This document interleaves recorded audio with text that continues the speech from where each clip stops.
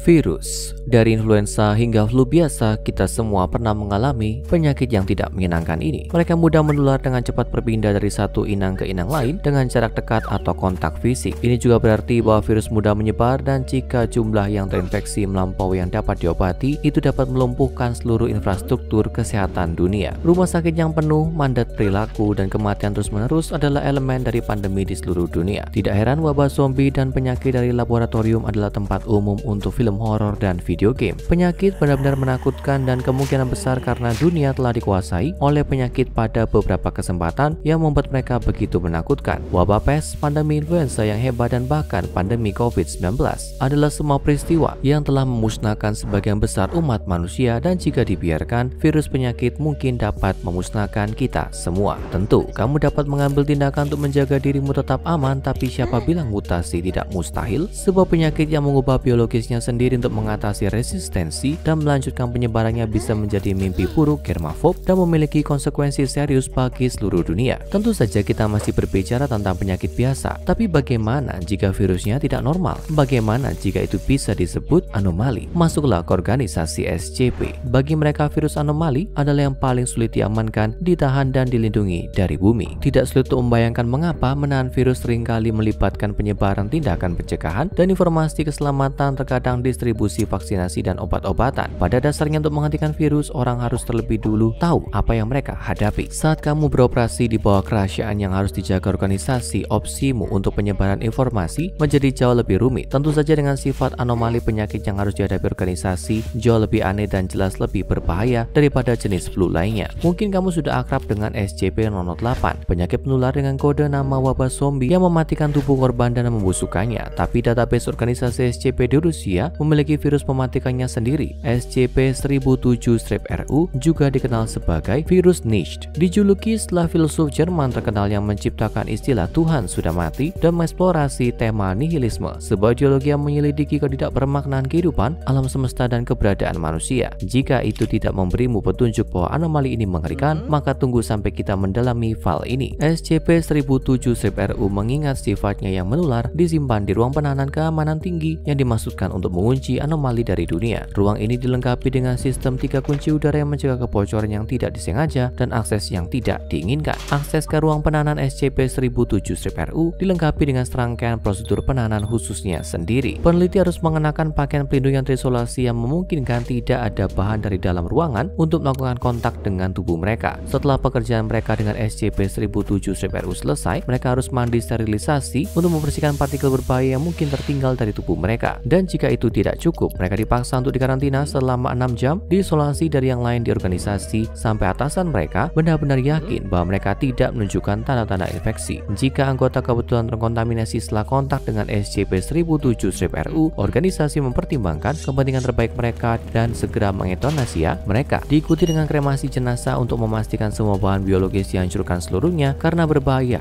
Agen menular mungkin masih bertahan pada jaringan kulit dan di dalam tubuh lama setelah kematian telah terjadi. Ya, prosedur penahanan untuk SCP-1007-RU adalah pemusnahan segera karyawan organisasi yang berharga. Itu juga tidak disengaja dan organisasi jelas tidak terlalu sering menggunakan opsi ini. Tapi ini hanya menunjukkan ancaman berat yang SCP-1007-RU berikan terhadap integritas organisasi. Mungkin kehilangan satu karyawan lebih baik daripada kematian yang tak terhitung banyaknya yang disebabkan oleh wabah anomali skala penuh. Area di sekitar ruang penahanan SCP-1007-RU yang terletak di fasilitas yang disimpan di dalam pengelompokan organisasi yang lebih besar dari zona 07 juga dijaga bebas dari kontaminasi dengan proses sterilisasi suhu tinggi sebagai langkah keamanan terakhir untuk menjaga penahanan SCP-1007-RU seaman mungkin. Karena SCP-1007-RU ditularkan seperti kebanyakan penyakit virus menular melalui kontak udara, fisik, dan darah, organisasi telah memastikan prosedur penahanannya seaman dan dirancang seketat mungkin. Karena siapapun yang melakukan kontak dengan anomali adalah pembawanya, semua tindakan pencegahan sangat diperlukan. Tapi apa itu SCP-1007-RU selain penyakit menular yang mematikan? Apa yang membuatnya anomali dan membedakannya dari virus biasa? SCP-1007-RU secara khusus melibatkan mutasi neuron multilangkah. Kalau kamu belum tahu, neuron adalah sel yang mengirimkan dan menerima impuls saraf ke seluruh tubuh kita. Neuron merespon rangsangan, sensasi seperti sentuhan, suara, cahaya, dan informasi dari sel lain. Mereka adalah bagian penting dari tubuh kita dan komponen penting bagi sel untuk berkomunikasi satu sama lain. Tapi yang paling penting, neuron membantu kita merasakan sakit. Ketika SCP-1007-RU menginfeksi subjek, itu mengubah neuron mereka dari waktu ke waktu untuk memungkinkan mereka merasakan ambang batas toleransi rasa sakit yang meningkat, yang berarti bahwa korban dapat merasakan rasa sakit yang lebih hebat sebelum meninggal atau kehilangan kesadaran. Itu hampir terdengar menguntungkan, bukan? Jika setiap orang memiliki toleransi rasa sakit yang meningkat, hal-hal seperti luka kecil atau jatuh dari kursimu hampir tidak akan dianggap berbahaya. Tapi SCP-1007-RU memiliki pertukaran yang tidak menguntungkan yang datang dengan sifat multilangkahnya. Saat virus bermutasi dan berubah, itu melakukannya dalam langkah-langkah. Tapi sebelum setiap tahap mutasi sel terjadi, korban mengalami rasa sakit yang cukup untuk sepenuhnya melampaui ambang toleransi rasa sakit mereka. Masa inkubasi awal SCP-1007-RU berlangsung dari 2 hingga 4 jam. Setelah itu, virus akan menembus sistem saraf pusat dan masuk ke otak. Korban mengalami rasa sakit yang parah sesuai dengan ambang batas rasa sakit mereka yang biasa dan segera kehilangan kesadaran. Setelah mereka sadar kembali, kengerian sebenarnya dari SCP-1007-RU dimulai dan anomali mulai mengubah neuron mereka dan mengubah ambang rasa sakit yang ada untuk mengakomodasi lebih banyak rangsangan. SCP-1007-RU tampaknya memiliki jumlah tahapan yang tidak terbatas. Jika korban dapat mengatasi rasa sakitnya, infeksi akan tetap ada dan neuron akan terus bermutasi sampai mereka tidak dapat menderita lagi dan mati karena penyakit tersebut. Secara teknis, virus ini tidak terbatas dan akan terus berlanjut sampai kematian terjadi. Tapi penelitian organisasi telah menemukan bahwa subjek manusia hanya dapat mencapai paling banyak tahap ke-6 anomali.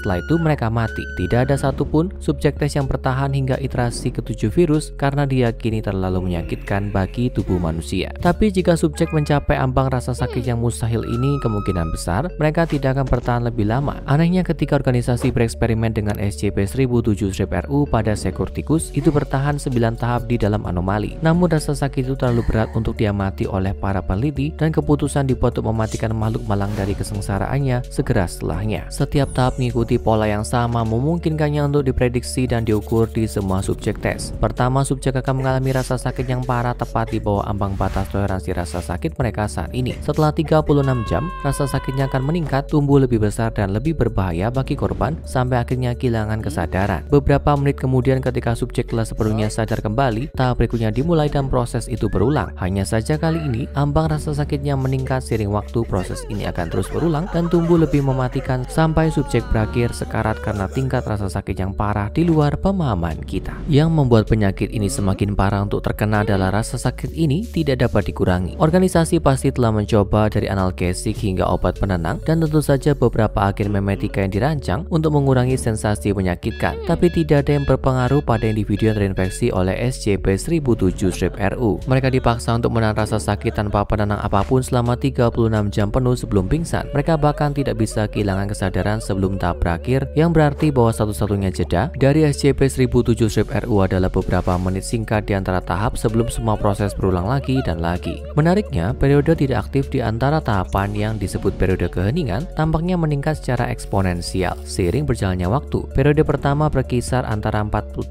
hingga 108 jam, di mana subjek merasa benar-benar biasa sebelum tahap aktif berikutnya terjadi dan toleransi rasa sakitnya meningkat. Organisasi biasanya tidak suka memperpanjang rasa sakit subjek ujinya di luar apa yang mutlak diperlukan untuk memahami semua elemen anomali. Masalah moral yang dihasilkan dari penelitian SCP-1007-RU dibahas dalam sebuah pernyataan oleh Overseer O5-4 yang berbunyi, eksperimen manusia dilakukan hanya dengan izin eksplisit dari Dewan Overseer. Setiap permintaan eksperimen di mana subjek mencapai tahap ke-6 ditolak secara otomatis. Pertama, coba bayangkan rasa sakit seperti itu. Namun terlepas dari itu, eksperimen yang melibatkan SCP-1007-RU telah dilakukan untuk tujuan mendapatkan semua informasi ini, dan organisasi menyimpan transkrip rekaman beberapa dari mereka. Satu wawancara yang diadakan 2 jam 12 menit setelah paparan pertama virus dan kemudian diadakan lagi pada 2 jam dan 17 menit setelah infeksi, melibatkan interaksi antara Dr. Luginin dan pasien yang malang. Pertama, pasien merasa baik-baik saja dan bertanya apakah peneliti telah menginfeksinya dengan sesuatu. Ketika diminta untuk menggambarkan bagaimana perasaannya, dia berseru bahwa dia merasa baik-baik saja dan ada di sana selama 2 jam dengan merasa normal. Kemudian virus itu mulai dan cerita melolong memenuhi ruangan. Pasien mulai terisak dan menjerit, merasakan sakit tidak seperti yang pernah dia rasakan sebelumnya. Rasa sakit yang dia tidak tahu bisa dia rasakan. Dia meminta Dr. Luginin untuk menghentikan percobaan menanyakan mengapa ini terjadi padanya, tapi asisten Luginin meminta subjek untuk ditahan dan dikurung. Saat rasa sakit meningkat, dia menjadi putus asa, mengakui kejahatan yang telah dia lakukan sebelum dipenjara dan direkrut sebagai anggota tingkat di organisasi dan memohon kepada organisasi untuk berhenti berhenti. Tapi bahkan jika organisasi menginginkannya, mereka tidak bisa. Tidak ada yang bisa mereka lakukan selain menonton. Mengikuti prosedur, Dr. Luginin dengan tenang menyuruh subjek untuk bersantai dan bertanya di mana dia merasakan sakit. Tapi subjek terus berteriak, nyaris tidak bisa mengeluarkan kata-kata. Kepala, kulit, jantung, perut, tulang, dan giginya. Setiap bagian terakhir dari tubuhnya diliputi oleh rasa sakit. Subjek memohon dan berjuang selama berjam-jam sampai dia akhirnya kehilangan kesadaran. Setelah sadar, subjek bertanya apa yang terjadi dan asisten Dr. Luginin, peneliti junior Kosmov, menjawab bahwa dia pasti akan mengingatnya dalam 2 hari. Dr. Luginin merasa malu dengan apa yang dia saksikan pada hari itu dan memprotes eksperimen lebih lanjut dengan SCP-1007-RU. Luginin muncul di hadapan Dewan Overseer dan menganjurkan penghancuran virus, tapi O5